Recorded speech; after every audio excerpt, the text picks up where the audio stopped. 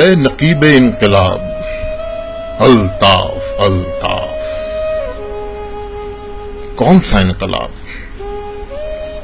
وہ انقلاب جس کی ابتدا بانیہ پاکستان کی آرام گاہ پر پاکستان کے پرچم کو شعلوں کی نظر کر کے ہوئی اور جس کی انتہا مرد آباد کے نعروں سے کی جا رہی ہے۔ پاکستان پوری دنیا کے لیے ایک ناسور ہے، پاکستان دنیا کے لیے ایک عذاب ہے، پاکستان دنیا کے لیے ایک دہشت گردی کا ایپی سینٹر ہے۔ پاکستان زندہ باد، پاکستان مرد آباد۔ کیا یہ انقلاب ہے؟ کیا اس انقلاب کی خاطر مجھے 30 سال تک دھوکہ دیا گیا؟ میرا المیہ یہ ہے کہ میں کراچی میں پیدا ہوا، کاش میں کہیں اور پیدا ہوتا، کم از کم میرے بچپن سے جوانی تک کا یہ سفر کسی ایسے انقلابی کی تصویر کو پوچھتے تو نہ گزرتا جس نے آج اپنے مادر وطن کو ہی داغدار کر ڈالا۔ میرا المیہ یہ تھا کہ میرے پاس سوائے اس جنگل میں پھنسنے کے کوئی چارہ ہی نہیں تھا۔ میرے دور میں کراچی کے گلی کوچوں میں پیدا ہونے والا ہر بچہ یا تو الطاف کی تصویر کا عقیدت مند ہو یا پھر وہ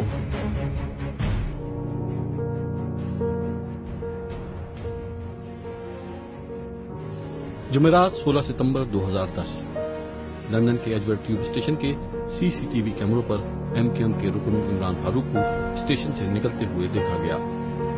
وہ 204 نمبر بس لینے کے لیے بس اسٹاپ کی طرف جاتے ہیں۔ اس کے بعد وہ سی سی ٹی وی کیمروں کی حد سے دور نکل جاتے ہیں۔ پولیس کا خیال ہے کہ اس کے بعد وہ 10 منٹ تک پیدل چلتے رہے اور انہیں ان کے گھر کے باہر چھری کا وار کر کے ہلاک کر دیا گیا۔ تیسرا تو کوئی راستہ ہی نہیں تھا۔ میرا المیہ یہ ہے کہ لوگ مجھ سے جواب مانگتے ہیں، اگر میں سچا ہوں تو ووٹ کیوں دیتا ہوں اس کو؟ ارے بھائی، جس حلقے میں 1.5 لاکھ ووٹ پڑتا تھا، اب اگر وہاں ٹوٹل 8000 ووٹ کے ساتھ الطاف حسین کلین سویپ کر جائے تو میرا کیا قصور ہے؟ میرے پاس تو 2 ہی راستے ہیں، یا میں ووٹ اسی کو دوں یا گھر سے باہر نہ نکلوں۔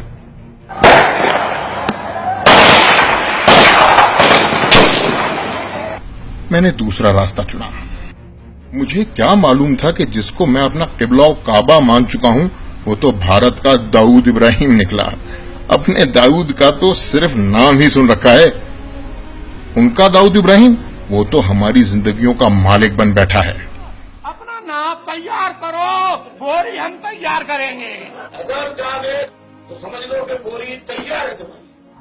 اگر گھوم گیا اور اس نے ٹھوک دیا آپ کو تو پھر اس کا الزام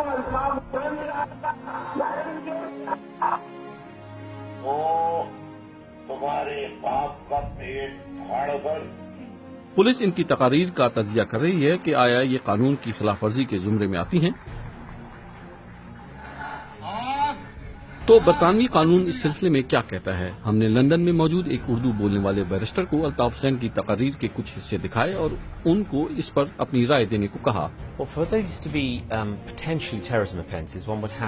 دہشت گردی کے تحت طاقت کے استعمال کی دھمکی دینا جرم ہے اور ان کلپس میں طاقت کے استعمال کی دھمکی موجود ہے جو سیاسی مقاصد کے لیے دی گئی ہے اور اس کا مطلب حکومت پر اثر انداز ہونا ہے۔ اس میں یہ تینوں باتیں موجود ہیں۔ اگر تمام مواد پر نظر ڈالی جائے جو نیوز نائٹ نے جمع کیا ہے، اس سے لگتا ہے کہ اس پر جواب طلبی کی جا سکتی ہے۔ اس میں واضح طور پر نیت یہ ہے کہ جن لوگوں کو دھمکی دی جا رہی ہے وہ اس کو سنجیدگی سے دیں۔ مجھے کیا معلوم تھا کہ جسے میں قائد مانتا رہا وہ تو برطانیہ کا موہرا نکلا، جس کے خلاف سب کچھ جانتے ہوئے بھی وہ کچھ نہیں جانتے۔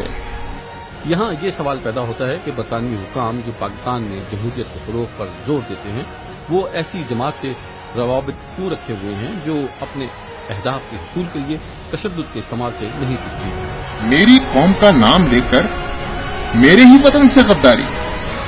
میں تمہیں کیسے سمجھاؤں کہ میں نے تو برطانیہ صرف نقشے پر ہی دیکھا ہے اور میری قوم تو کراچی میں بستی ہے، پھر میری قیادت برطانیہ میں کیوں؟ میرے پاس اس کا کوئی جواب ہی نہیں۔ اگر اسی کا نام قیادت ہے اور اسی کو انقلاب کہتے ہو تو میں لعنت بھیجتا ہوں اس قیادت پر اور اس انقلاب پر۔